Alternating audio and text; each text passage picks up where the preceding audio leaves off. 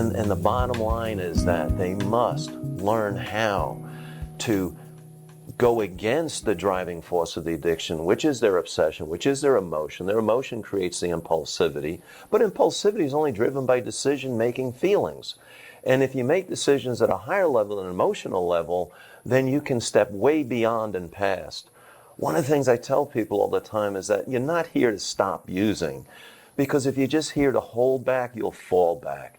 There's nothing to pull you forward. Because you haven't built that emotional muscle that you need to resist when that temptation comes along. Yes, Mark. That's the important thing. And each time you challenge your emotions, you build that emotional resistance, that muscle, that resistance muscle. Because in the end, the only thing between you and giving up another period of sobriety, the only thing between you or getting sober or clean, will be that moment of truth where will you be strong enough to resist the opportunity, the temptation, or the offer, even the cravings, to use again.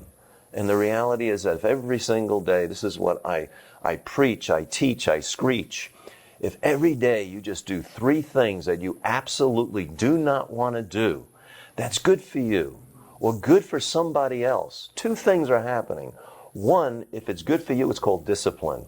And that is something that addicts and alcoholics just don't have. They gave it up or they never had it. And you can do it just by simply washing a dish, making your bed, or simply doing something that you just rather not do.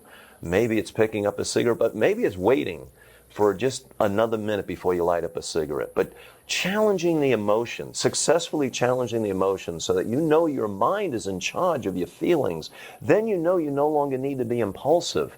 And then you're being set free by your own power, your own force, your own negative energy flipped around.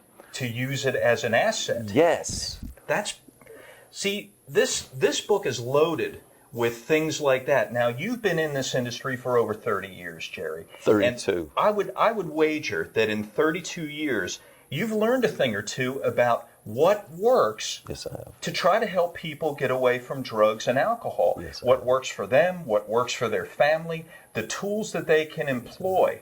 That's what's so important in this book. Like you say, it's not a study in academia where you're citing statistics or anything like that. These are your observations over 32 years in this industry of what actually works in people's lives to change their lives and give them the tools they need to achieve long-term sobriety. Jerry, I got to tell you, I'm very, very proud of you for this. And anybody that is in need of help really should read this book, because 32 years worth, there's got to be some stuff in here that's going to be helpful to people. There's got to be.